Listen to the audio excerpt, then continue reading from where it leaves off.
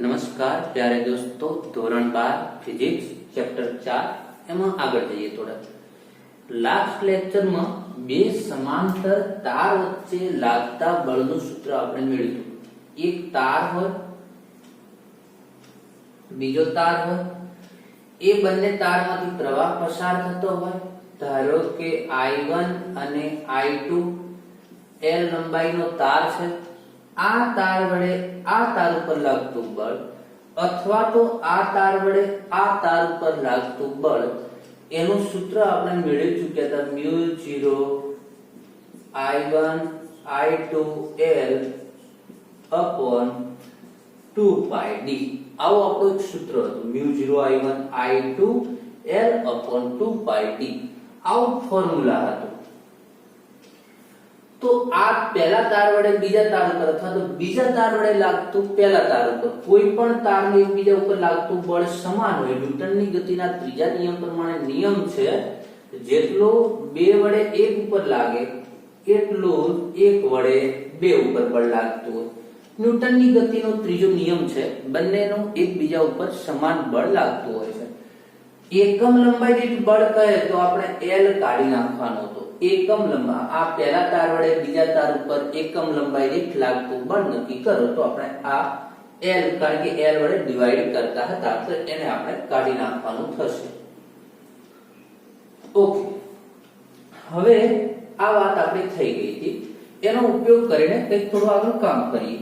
હા, બીજા સૂત્રો યાદ કરાવી દઉં, પછી આપણે બે ત્રણ એક્ઝામ્પલ આજે સોલ્વ કરવાના છે। સોલેનોઈડ નો ફોર્મ્યુલા હતો B is equal to μ0 Ni μ0 solenoid ના ચુંબકીય ક્ષેત્રનું સૂત્ર μ0 Ni સ્મોલ n અને સ્મોલ n બરાબર કેપિટલ N by L। એકમ લંબાઈની આંટાની સંખ્યા એટલે આંટાની સંખ્યા ભાગ્યા લંબાઈ, એટલે આને આપણે કહીશું એકમ લંબાઈ દીઠ આંટાની સંખ્યા। તો સોલેનોઈડ માટે એક આ ચુંબકીય ક્ષેત્રનું સૂત્ર હતું।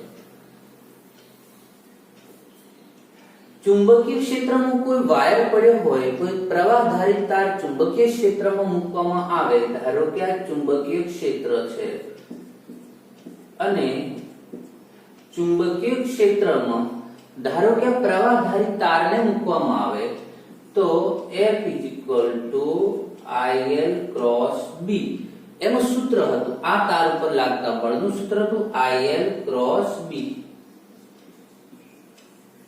IL B sin theta. Theta એટલે B અને L વચ્ચેનો ખૂણો। આ જે તાર છે તાર અને જે B છે એ B વચ્ચેનો એંગલ એ આપણો થીટા થશે।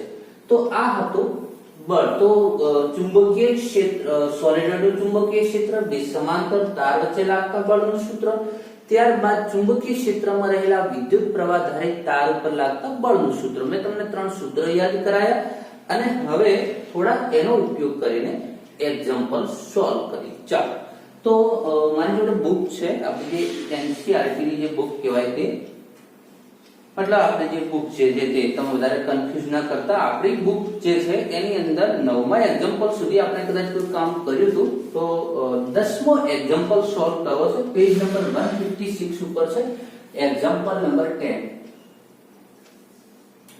ચાલો, તો एग्जांपल नंबर 10 શું કહે છે? કોઈ સ્થળે પૃથ્વીના ચુંબકીય ક્ષેત્રનું સમક્ષિતિજ ઘટક, હું રકમ સમજાવું છું, પહેલા હું લખી દઉં છું। પૃથ્વીના ચુંબકીય ક્ષેત્રનો સમક્ષિતિજ ઘટક 3 ગુણ્યા 10⁻⁵ ટેસ્લા છે અને આ ક્ષેત્રની દિશા દક્ષિણથી ઉત્તર તરફ છે। આ ક્યાંથી છે ભાઈ? તો દક્ષિણથી ઉત્તર તરફ, સાઉથ થી નોર્થ તરફ છે। एक सीधो वाहक 1 एम्पियर જેટલો સ્થાયી વિદ્યુત પ્રવાહ ધરાવે છે અને તેને સમક્ષિતિ ટેબલ પર મૂકવામાં આવે છે। તેમાંથી પસાર થતા પ્રવાહની દિશા, એક તાર છે એમાંથી વહેતો પ્રવાહ 1 એમ્પિયર છે। ચાલો, તો તેની પ્રવાહની દિશા બે છે। એક વખત પૂર્વથી પશ્ચિમ પ્રવાહ તાર માટે બે ક્વેશ્ચનો છે। એક વખત એ પ્રવાહની દિશા ક્યાંથી છે? પૂર્વથી પશ્ચિમ, ઈસ્ટ ટુ વેસ્ટ। પછી એ તારને ફરીથી પકડીને આપણે બદલી દીધી એની દિશા, દક્ષિણથી ઉત્તર, સાઉથ ટુ નોર્થ. આ તારની દિશા છે, પેલા ચુંબકીય ક્ષેત્રની દિશા છે. તો બંને કિસ્સામાં તારની એકમ લંબાઈ દીઠ લાગતું બળ નક્કી કરો. સિમ્પલ વાત છે કે 1 એમ્પિયરનો પ્રવાહ ધરાવતો તાર આટલા ચુંબકીય ક્ષેત્રમાં મૂકવામાં આવ્યો છે, તો આ તાર ઉપર લાગતું બળ નક્કી કરો. અને બે ક્વેશ્ચન છે કે એક વખત તારની દિશા, પ્રવાહની દિશા પૂર્વથી પશ્ચિમ છે, એક વખત સાઉથ થી નોર્થ છે. બસ આટલી વાત છે. પણ તો સર પૃથ્વી સમક્ષિતિજ એ શું આવ્યું? ચલો આના પછીના ચેપ્ટરમાં આપણી વાત આવવાની છે કે પૃથ્વી એક ચુંબક છે, એટલે એને ચુંબકીય ક્ષેત્ર હોય છે. પણ હાલ ખાલી તમને કન્ફ્યુઝન ના થાય એટલા માટે કહી દઉં કે પૃથ્વીને ચુંબકીય ક્ષેત્ર હોય છે ભાઈ. આ રીતે પૃથ્વીને ચુંબકીય ક્ષેત્ર હોય છે. પૃથ્વીને ચુંબકીય ક્ષેત્ર હોવાના કારણે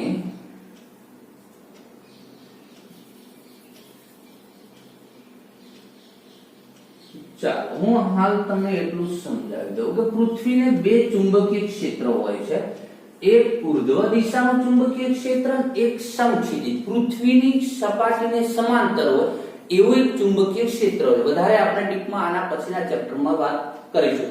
એટલે ટૂંકમાં જ્યારે પૃથ્વીનું સમાંતર સમક્ષિતિજ ચુંબકીય ક્ષેત્ર કહે તો સપાટીને સમાંતર ઘટક, ઉર્ધ્વ ઘટક કહે તો આપણે ઉપર તરફ ડ્રો કરીશું. તો એમાં આપણને એક સમક્ષિતિજ ઘટક આપ્યો છે, એટલે કે પૃથ્વીનું ચુંબકીય ક્ષેત્ર આપ્યું છે. એની અંદર તાર મૂકવામાં આવ્યો છે. તો આ તાર ઉપર લાગતું બળ નક્કી કરો.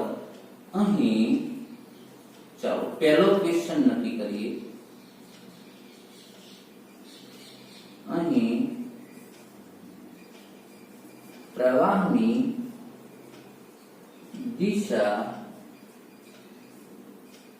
ઈસ્ટ ટુ વેસ્ટ હોવાથી ચાલો પેલો છે સાઉથ, ચુંબકીય ક્ષેત્ર સાઉથ ટુ નોર્થ છે. ચાલો south, north, east, west rough diagram કરું છું. તો સાઉથ ટુ નોર્થ એટલે ચુંબકીય ક્ષેત્ર આમ થયું. પ્રવાહ કઈ દિશામાં? East to west. તો આ રીતે થયો. એમની વચ્ચેનો ખૂણો કેટલો થયો? 90 ડિગ્રી થયો. હોવાથી તાર એટલે કે પ્રવાહ, તાર લખીશું ચાલશે, તાર અને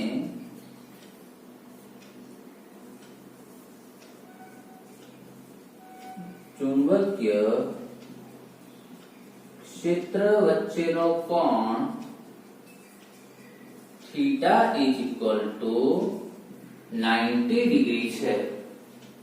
ચાલો હવે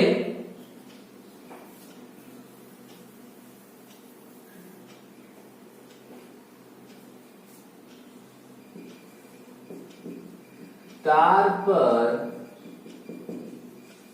લાગતું બળ F is equal to IL cross B. અરે ભાઈ ચુંબકીય ક્ષેત્રમાં પ્રવાહધારી તાર મૂકવામાં આવેલો હોય તો તાર ઉપર લાગતા બળનું સૂત્ર શું છે? હમણાં જ મેં યાદ કરાયું, IL cross B. એને આપણે ક્રોસ હટાવી દઈએ તો IL B sin theta. Theta કેટલો? 90 ડિગ્રી. I ચલો બધા ટર્મ્સ યાદ કરીએ. I કેટલો? 1 એમ્પિયર. B કેટલો? 3 × 10⁻⁵. sin થીટા, થીટા કેટલો? 90 ડિગ્રી. શું નથી? L નથી. L નથી આપ્યો. તારની લંબાઈ કેટલી છે આપણને અહીંયા કયો નથી. ક્યાંથી લાવી? પણ તમારી બુકમાં એક ખાસ શબ્દ લખ્યો છે, તારની એકમ લંબાઈ દીઠ લાગતું બળ નક્કી કરો. શું નક્કી કરો? એકમ લંબાઈ દીઠ લાગતું બળ. તો તમને ખબર છે એકમ લંબાઈ દીઠ એટલે બળ ભાગ્યા લંબાઈ, લાગતું કુલ બળ ભાગ્યા લંબાઈ. તો L બરાબર કેટલો થઈ જશે? તો L નીકળી જશે. ચાલો અહીંથી શું થશે? L નીકળી જશે. બીજી વાત તો એમ ખબર ના પડે તો એકમ લંબાઈ દીઠ એટલે 1 મીટર દીઠ, તો L ની કિંમત કેટલી મૂકી દો? 1. એટલે ટૂંકમાં જ્યારે ઉપર લંબાઈ આવતી હોય એકમ લંબાઈ દીઠ કે તો નીકળી જશે. ભાઈ આગળ વાત થઈ ને, આપણે બે તાર વચ્ચે લાગતા બળમાં આપણે ચર્ચા કરી હમણાં. એકમ લંબાઈ દીઠ કે એટલે L ની કેન્સલ થઈ જતા હતા, L વડે ડિવાઈડ કરીએ તો એકમ લંબાઈ દીઠ લાગતું બળ એટલે L વડે ભાગવા પડે, L કેન્સલ થઈ જશે. હવે એકમ લંબાઈ દીઠ લાગતું બળ F is equal to IB sin theta. I बोले तो 1 एम्पियर, B बोले तो 3 into 10 raised to minus 5, sin theta sin 90 sin 91, बस तो आज આપણું મૂલ્ય થઈ ગયું 3 into 10 raised to minus 5 newton. આટલું એકમ લંબાઈ દીઠ બળ લાગશે. બી ક્વેશ્ચન, જો આમાં બી પાર્ટ છે. હવે તમારે કામ કરવાનું છે, જો કે સિમ્પલ છે, તરત થઈ જશે. બી માં જો સાઉથ ટુ નોર્થ, ચુંબકીય ક્ષેત્રની દિશા પણ ક્યાંથી? South to north. ત્યારબાદ તમારા પ્રવાહની દિશા ક્યાં? South to north. ઓકે, એ પણ ત્યાં. તો થીટા કેટલો? Theta is equal to 0. બંને એકબીજાને પેરેલલ થઈ ગયા. થીટા ઇઝ ઇક્વલ ટુ 0 તો ફોર્મ્યુલામાં sin થીટા આવશે. sin થીટા તો sin 0 theta is equal to 0, then sin theta is equal to sin 0. sin 0 is equal to sin 0 is equal to 0, then total F is equal to 0. તો કોઈ બળ લાગશે નહીં, તો બી નો જવાબ આપણો 0 આવશે. તો વાત ખ્યાલ આવી ગયો છે. સ્ક્રીનશોટ લઈ લેજો. ખ્યાલ ના આવે તો લેક્ચરને રિપીટ કરી એક વખત સાંભળી લેજો મિત્રો. ઓકે, ચાલો આગળ જઈએ.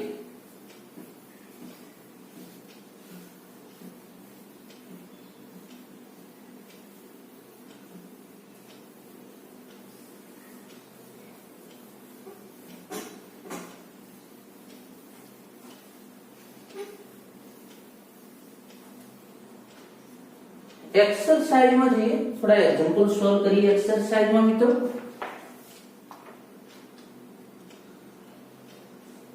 હા, એક્સરસાઇઝ માં જો કદાચ મને યાદ નથી કયા એક્ઝામ્પલ આપણે સોલ્વ કર્યા કે ન કર્યા, આજે હું કહી દઉં છું આટલા એક્ઝામ્પલ આપણે સોલ્વ કર્યા છે ન કર્યા હોય તો તમારે થોડા જોઈ લેવાના છે. એક્ઝામ્પલ નંબર 1 હતો, જેને આપણે રિંગનું ચુંબકીય ક્ષેત્ર હતું, થઈ ગયો તો. બીજો એક્ઝામ્પલ હતો, થઈ ગયો તો. ત્રીજો એક્ઝામ્પલ હતો, થઈ ગયો તો. ચોથો એક્ઝામ્પલ હતો, એ પણ થઈ ગયો તો.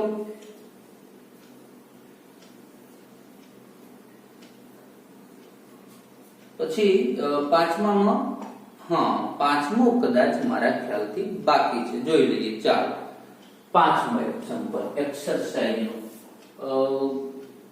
0.15 ટેસ્લા નિયમિત ચુંબકીય ક્ષેત્ર 30 નો ખૂણો બનાવતી દિશામાં રહેલા 8 એમ્પિયર વિદ્યુત પ્રવાહ છે, તાર પર લાગતા ચુંબકીય બળનું મૂલ્ય કેટલું હશે? હા, એક્સરસાઇઝ નો પાંચમો એક્ઝામ્પલ કર્યો હોય ના કર્યો, કયો હોય ના કર્યો, થોડું હિન્ટ આપી દઉં છું. એક્સરસાઇઝ નો પાંચમો એક્ઝામ્પલ શું કહે છે? 0.15 ટેસ્લા નું ચુંબકીય ક્ષેત્ર છે. બી બરાબર કેટલું છે ભાઈ? 0.15 ટેસ્લા. ધ્યાનથી સાંભળજો. આટલા ચુંબકીય ક્ષેત્રમાં 30 નો ખૂણો બનાવતી દિશામાં 8 એમ્પિયર વિદ્યુત પ્રવાહ વહે છે. કેટલો પ્રવાહ વહે છે? 8 એમ્પિયર. કઈ દિશામાં વહે છે? ચુંબકીય ક્ષેત્ર સાથે 30 ડિગ્રીનો ખૂણો બનાવતી દિશામાં વહે છે.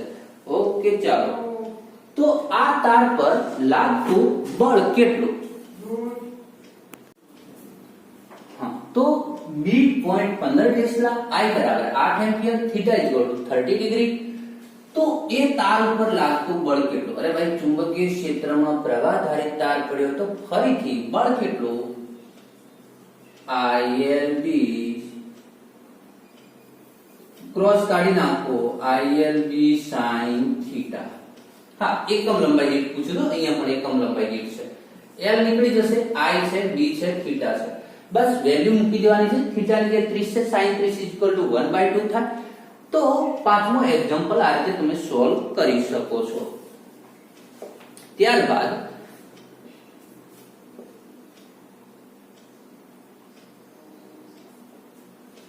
છઠ્ઠો એક્ઝામ્પલ કદાચ થયો કે નહીં ખ્યાલ નથી, પણ હું આપી દઉં છું હિન્ટ ફરીથી તમને. કોઈ લેક્ચર જોયો હોય ના જોયો હોય ફરીથી કહી દઉં છું.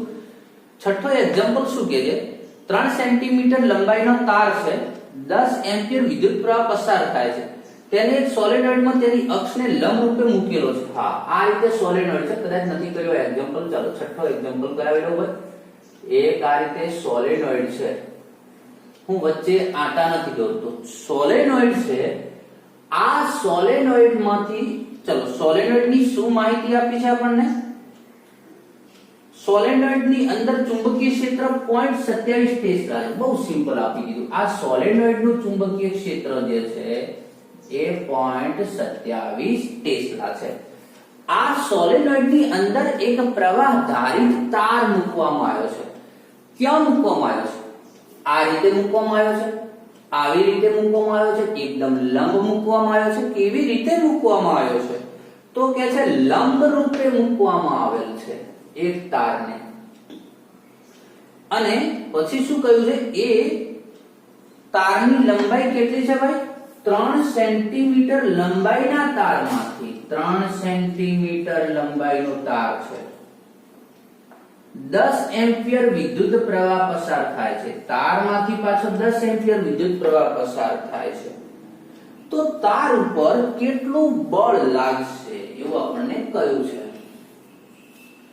માન લઈએ કે સોલિનોઇડ નો વ્યાસ જે છે એ 3 સેન્ટીમીટર કે એના કરતા વધારે હશે એટલે તાર આખા તાર ઉપર બળ લાગે છે. માન લઈએ, થોડી સ્પષ્ટતા કરવી જોઈએ પણ બુકમાં નથી કરતા ઘણીવાર. બહુ સિમ્પલ થઈ ગયું ભાઈ. સોલેનોઇડ ની અંદર મૂક્યો છે પણ સોલેનોઇડ માં પાછું ચુંબકીય ક્ષેત્ર આપી દીધું 0.27. દાખલો થોડો લાંબો કરવો હોય તો હજુ એ લોકો એવું પૂછતા, એવું કહેતા ચુંબકીય ક્ષેત્ર ના આપતા, સોલેનોઇડ ના કુલ આટા આપતા, સોલેનોઇડ ની લંબાઈ આપતા, સોલેનોઇડ નો પ્રવાહ આપતા. તો પછી સોલેનોઇડ ની અંદર ચુંબકીય ક્ષેત્ર કેટલું છે એ B = μ0 ni કરીને આપણે નક્કી કરવું પડતું. અને ત્યારબાદ આપણે IL × B કરીને બળ નક્કી કરી શકતા. પણ દાખલો બહુ સિમ્પલ થઈ ગયો, બહુ સિમ્પલ. તમને કહ્યું સોલિનોઇડ માં આટલું ચુંબકીય ક્ષેત્ર છે પણ દિશા નથી આપી. ખબર જ હોય અક્ષની દિશામાં જ હોય સમાન. એને લંબ રૂપે એક વાયર મૂક્યો છે, 3 સેન્ટીમીટર લંબાઈનો આટલો પ્રવાહ વહે છે. તો થીટા કેટલો થઈ જવાનો? તાર અને ચુંબકીય ક્ષેત્ર વચ્ચેનો થીટા કેટલો? 90 degree. F = IL B sin theta. IL × B એટલે IL B sin theta. Totally કિંમત તમારી જોડે છે. કેટલો પ્રવાહ વહે છે તારમાંથી? 10. 3 સેન્ટીમીટર મીટર કરો, 3 સેન્ટીમીટર ના મીટર 0.03. B કેટલું છે? તો B છે 0.27. થીટા એટલે sin 90, sin theta = 90, sin 90, sin 90 = 1. ભાઈ સાદું રૂપ આપજો એટલે તમને આન્સર મળી જશે. આ મળી જશે 10 × 0.7 0.03 0.27 જે કઈ આવતો હોય કેલ્સીથી સાદું રૂપ આપી દીધું. ઓકે ચાલો. તો આ હતો છઠ્ઠું એક્ઝામ્પલ. તો ઉદાહરણ નંબર 10.5 એક્સરસાઇઝ નો 5મો છઠ્ઠો. તો આટલા સુધી કરી રાખજો. નેક્સ્ટ ટાઈમ આપણે આ રીતે લેક્ચરમાં આગળ જઈશું. તો મળીએ મિત્રો નેક્સ્ટ લેક્ચરમાં.